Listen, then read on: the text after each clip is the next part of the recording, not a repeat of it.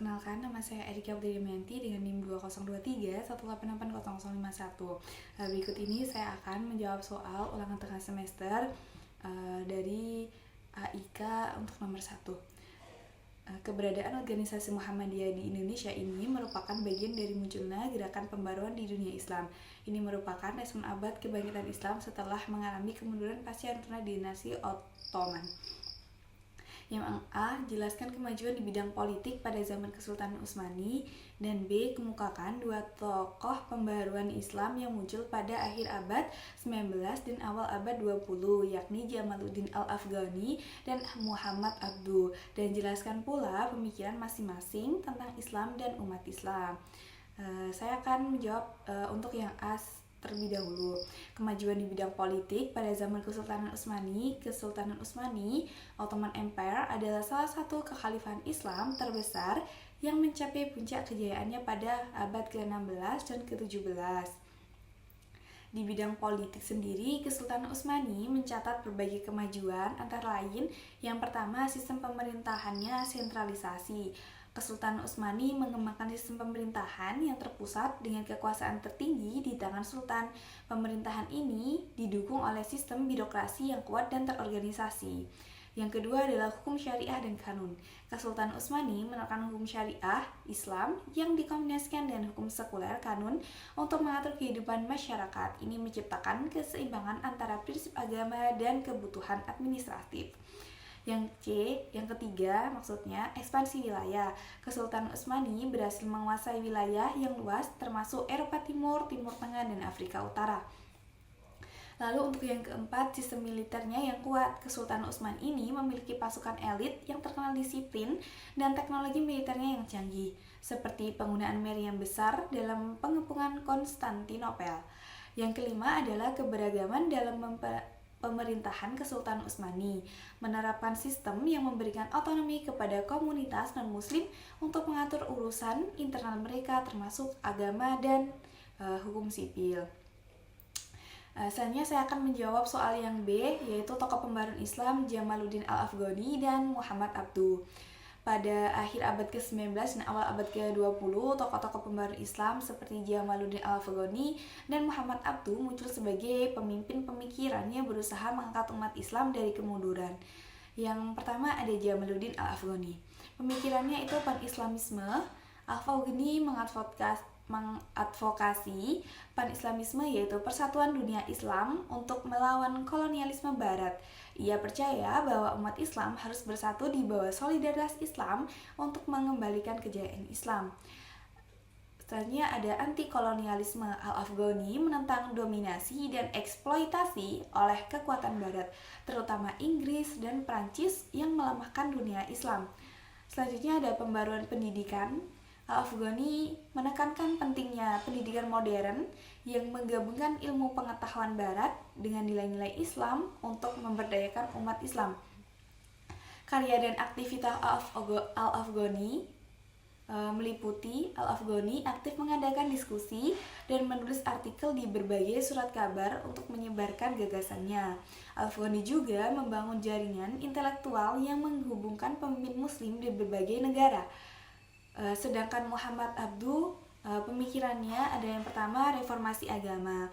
Muhammad Abduh berfokus pada pembaruan Islam melalui reinterpretasi ajaran Islam ijtihad. Ia menekankan bahwa Islam adalah agama yang rasional dan progresif. Muhammad Abduh juga mementingkan ijtihad, di mana Muhammad Abduh mendorong umat Islam untuk kembali ke ajaran dasar Al-Quran Sunnah sambil menolak tabligh, mengikuti pendapat lama tanpa penilaian kritis.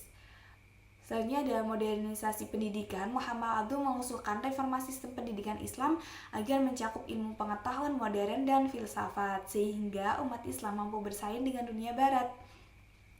Karya-karya dari Muhammad Abduh antara lain, Muhammad Abduh menulis buku-buku seperti Risalah Al-Tauhid, yang artinya yang berisi menjelaskan konsep tauhid secara rasional. Sedangkan Muhammad Abduh juga beliau ini menjadi rektor Universitas Al-Azhar dan melakukan reformasi pendidikan di lembaga tersebut, termasuk memasukkan ilmu pengetahuan modern dalam kurikulumnya. Sekian jawaban dari ulangan tengah semester dari saya nomor 1. Wassalamualaikum warahmatullahi wabarakatuh. Bismillahirrahmanirrahim. Assalamualaikum warahmatullahi wabarakatuh. Perkenalkan, saya Agustina Nur Hanifah dengan NIM 202318801004. Kali ini saya akan menjawab pertanyaan nomor 2. Pertanyaan 2A. Buatlah narasi yang menggambarkan corak Islam di Indonesia atau Nusantara, terutama pada masa awal masuknya Wali Songo.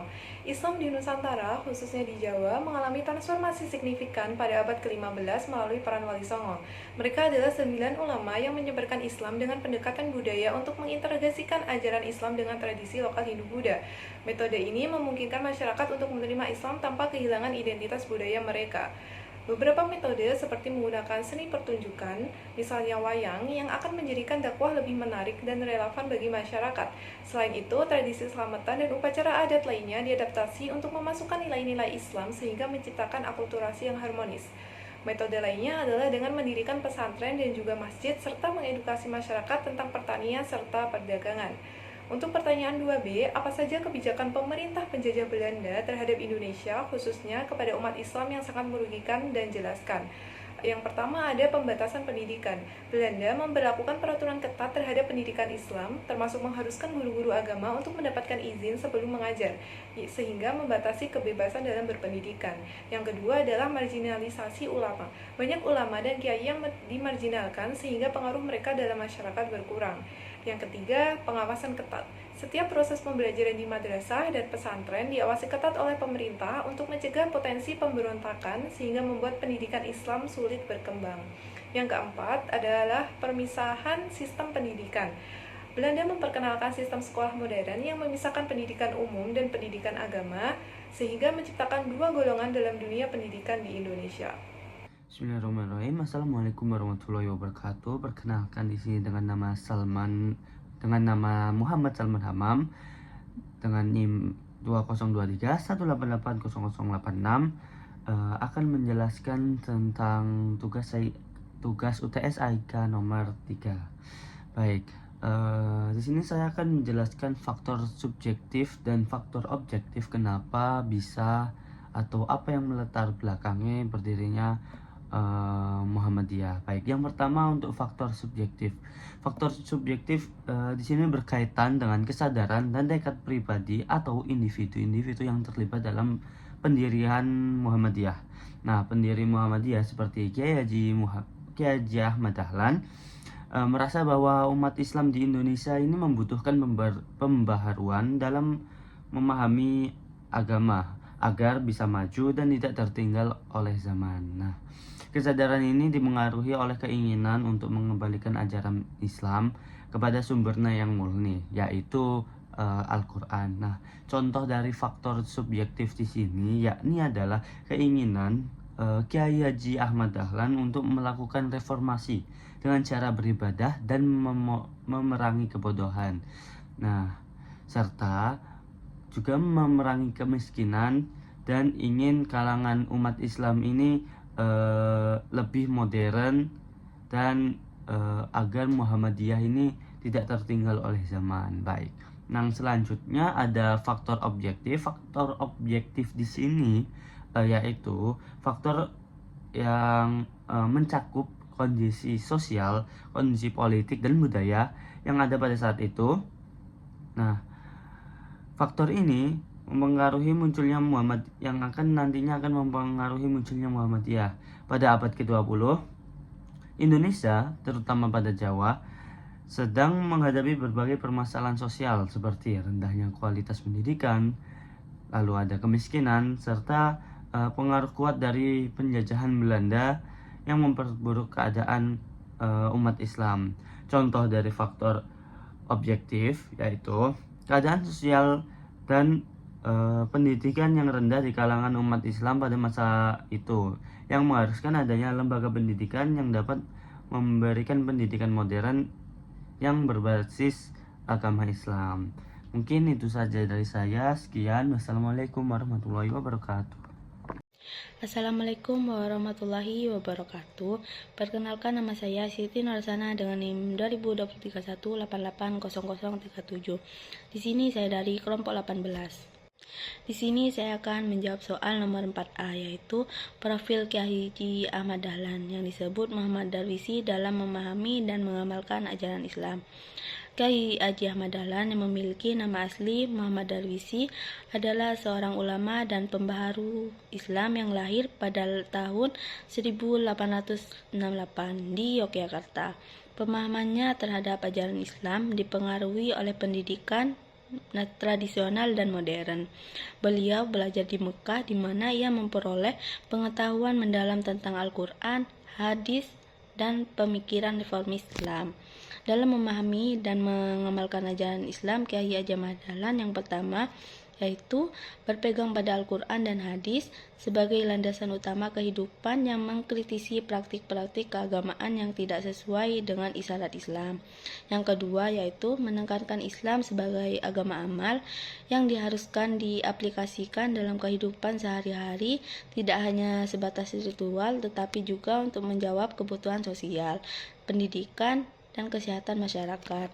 Yang ketiga, berjiwa pembaharu yang mengintegrasikan ilmu agama dan ilmu modern. Beliau mendirikan sekolah-sekolah Muhammadiyah untuk mengajarkan pendidikan umum dengan ilmu dasar Islam. Yang keempat, berorientasi pada manfaat bagi masyarakat luas yang memadukan ibadah ritual dengan semangat keadilan sosial. Dan selanjutnya yaitu 4B, mengapa surat Al-Ma'un dianggap legenda pemahaman Islam yang aplikatif.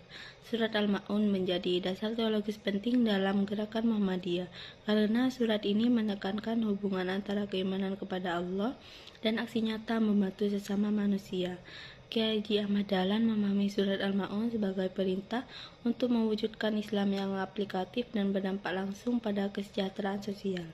Poin-poin aplikatif surat Al-Ma'un yang pertama, menghubungkan ibadah dan amal sosial. Surat Al-Ma'un mengecam orang yang melaksanakan sholat tapi mengabaikan hak-hak anak yatim dan orang miskin. Hal ini menginspirasikan Kiai Haji Ahmad Dahlan untuk memperjuangkan pendidikan dan pengentasan kemiskinan melalui amal usaha Muhammadiyah. Yang kedua, aksi nyata sebagai wujud keimanan. Surat ini mengajarkan bahwa iman tidak cukup hanya berupa pengakuan, tetapi harus diwujudkan melalui tindakan nyata seperti menolong orang yang lemah dan membantu yang membutuhkan. Yang ketiga, relevansi sosial yang kuat. Surat Al-Ma'un menjawab tantangan sosial pada masa itu, di mana banyak masyarakat miskin tidak mendapatkan perhatian. Nah, Kiai Haji Ahmad Dahlan ini mempraktikkan ajaran surat ini dengan mendirikan lembaga pendidikan dan panti asuhan. Bismillahirrahmanirrahim. Assalamualaikum warahmatullahi wabarakatuh. Perkenalkan, nama saya Muhammad Aksa Fitranda dengan NIM 202318880 dari kelompok 18. Pada kali ini izinkan saya untuk menjelaskan nomor 5 dan juga nomor 6. Pada nomor 5, yakni selain landasan ideologis yang bersifat asasi, yakni Al-Quran dan As-Sunnah, ada beberapa rumusan pemikiran yang kemudian dijadikan sebagai landasan ideologis bagi persyarikatan Muhammadiyah, antara lain Kepribadian Muhammadiyah dan MKHC Muhammadiyah. Pada nomor 5A, yakni apa saja isi pokok rumusan kepribadian Muhammadiyah? Jelaskan. Baik. Kepribadian Muhammadiyah adalah rumusan yang menggambarkan hakikat Muhammadiyah, serta apa yang menjadi dasar pedoman amal usaha dan perjuangan serta sifat-sifat yang dimilikinya. Isi pokok rumusan kepribadian Muhammadiyah secara garis besar mencakup yang pertama, beramal dan berjuang untuk perdamaian dan kesejahteraan. Muhammadiyah berkomitmen untuk menciptakan lingkungan yang damai dan sejahtera bagi seluruh umat manusia. Untuk nomor 2, yakni memperbanyak kawan dan mengamalkan ukhuwah Islamiyah. Muhammadiyah menjunjung tinggi persaudaraan sesama muslim dan terbuka untuk menjalin kerjasama dengan berbagai pihak. Untuk nomor 3, yakni lapang dada, luas pandangan dengan memegang teguh ajaran Islam. Muhammadiyah memiliki sikap terbuka terhadap perbedaan pendapat dan selalu berpegang teguh pada ajaran Islam yang benar. Untuk nomor 4, yakni bersifat keagamaan dan kemasyarakatan. Muhammadiyah tidak hanya fokus pada aspek keagamaan, tetapi juga aktif dalam berbagai kegiatan sosial kemasyarakatan. Untuk nomor 5, yakni mengindahkan segala hukum, perundang-undangan, peraturan, serta dasar dan falsafah negara yang sah. Muhammadiyah taat pada hukum dan peraturan negara, serta mendukung upaya pembangunan bangsa. Untuk nomor 6, yakni amar ma'ruf nahi mungkar dalam segala lapangan, serta menjadi contoh teladan yang baik. Muhammadiyah aktif dalam mengajak kepada kebaikan dan mencegah kemungkaran serta menjadi contoh teladan bagi masyarakat. Untuk nomor 7, yaitu aktif dalam perkembangan masyarakat dengan maksud islah dan pembangunan sesuai dengan ajaran Islam. Muhammadiyah berperan aktif dalam pembangunan masyarakat dan berusaha untuk memperbaiki kondisi sosial yang ada. Kemudian untuk pertanyaan yang B, yaitu apa saja isi pokok rumusan MKCH Muhammadiyah? Jelaskan.